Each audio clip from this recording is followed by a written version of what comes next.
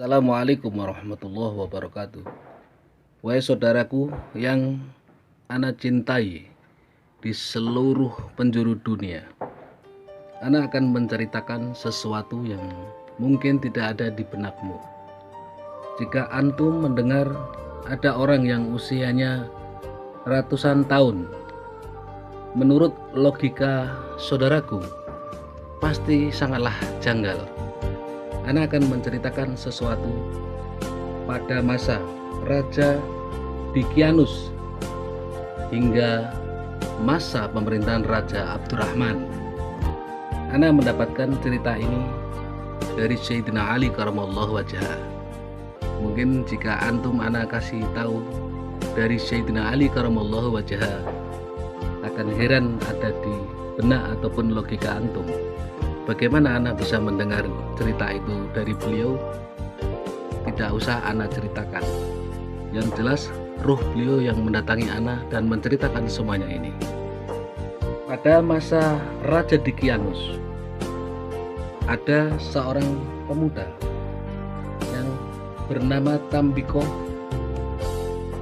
dan yang lainnya menentang pemerintahan Raja Dikianus. Pada inti ceritanya, ana tidak menceritakan panjang lebar, namun ana akan menyampaikan inti sari daripada cerita ini. Keenam pemuda ini takut ditangkap oleh Raja Dikianus. Walaupun pemuda-pemuda ini tidak bersalah, namun yang dihadapinya adalah seorang pemimpin negeri. Pemuda-pemuda ini takut untuk ditangkap. Lalu pada akhir cerita, pemuda-pemuda ini meninggalkan kota di mana dia dilahirkan. Sampailah mereka ke sebuah mulut gua.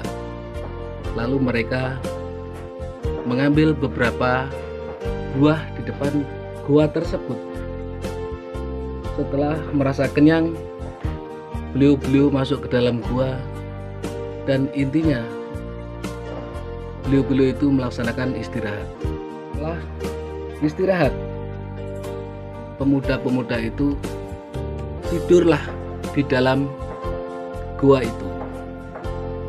Namun ternyata oleh Allah ditidurkan. Nyawa-nyawa pemuda itu telah diambil oleh Allah.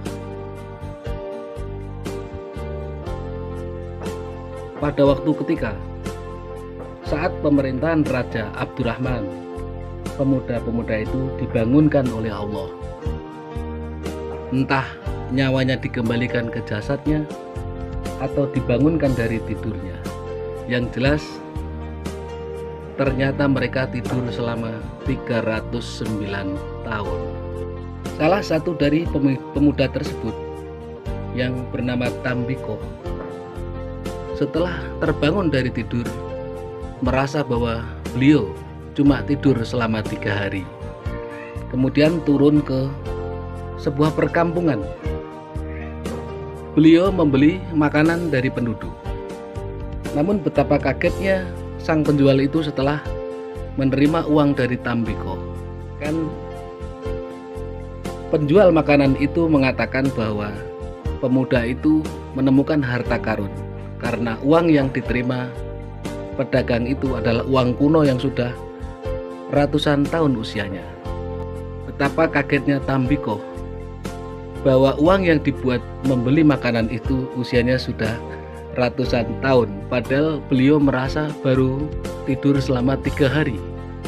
Lalu Tambiko dihadapkan ke sang Raja Abdurrahman oleh pedagang tersebut. Sang Raja Abdurrahman menanyakan perihal uang tersebut, apakah benar itu harta karun atau tidak. Tambiko mengatakan bahwa uang itu diambilnya dari sakunya tatkala bangun dari tidur, digunakan untuk membeli makanan, bahwa sang pemuda itu merasa bahwa tidurnya baru 3 hari. Ternyata sang Raja Abdurrahman yang sudah berganti yang mana dulu pada masa pemuda Tambikoh rajanya masih bernama Raja Dicyanus, sekarang sudah berubah menjadi Abdurrahman. Ternyata sang raja mengamati uang yang dibawa oleh pemuda yang bernama Tambikoh tersebut memang benar-benar sudah berusia sekitar 309 tahun. Sang raja Abdurrahman menanyakan kepada Tambikoh apakah masih punya keluarga dan tempat tinggal. Tambikoh mengatakan punya tempat tinggal. Lalu prajurit kerajaan diajak ke rumah Tambikoh. Betapa kagetnya, yang tinggal di situ adalah cucunya, namun sudah tua sekali. Begitu melihat Tambikoh yang mana kakeknya itu adalah datuknya, masih muda sekali, namun cucunya sudah tua sekali. Ini benar-benar kisah nyata, karena Tambikoh yang merupakan salah satu dari pemuda-pemuda Ashabul Kahfi ditidurkan oleh Allah selama 309 tahun. Saudaraku, itulah cara Allah menyelamatkan hamba-hambanya yang dicintainya. Ini merupakan kisah dari Ashabul Kahfi yang tidak bisa kita logika, yang mana Ashabul Kahfi diselamatkan oleh Allah dari kejaran Raja Dicyanus yang kejam dan kafir waktu itu, hingga selama 309 tahun, dan dibangunkan oleh Allah pada waktu masa Raja Abdurrahman. Cara Allah menyelamatkan hambanya sungguh tidak bisa kita nalar dengan logika akal sehat kita. Semuanya terjadi, kun fayakun terjadi, namun tidak bisa kita analisa dengan logika kita. Saudaraku, setelah Ashabul Kahfi menyadari bahwa beliau-beliau tidur selama 309 tahun baru dibangunkan, lalu mereka punya kesepakatan agar minta kepada Allah agar nyawanya dicabut kembali. Lalu Tambikoh memimpin doa bermohon kepada Allah agar nyawanya diambil. Saat itu juga, dan semua pemuda-pemuda dalam Ashabul Kahfi itu langsung nyawanya diambil Allah dan semuanya meninggal kembali. Itu merupakan tanda kebesaran Allah Subhanahu wa Ta'ala. Saudaraku, semoga kisah 7 orang pemuda Ashabul Kahfi ini merupakan pelajaran bagi kita, dan kita bisa mengambil manfaat dari cerita ini, bahwa kekuasaan Allah terkadang ada yang tidak bisa kita analisa dengan logika.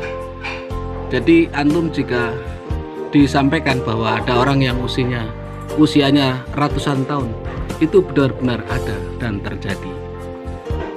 Di antaranya adalah kisah Ashabul Kahfi dan juga Nabiullah Khidir alaihissalam. Nabiullah Khidir alaihissalam hingga kini masih hidup.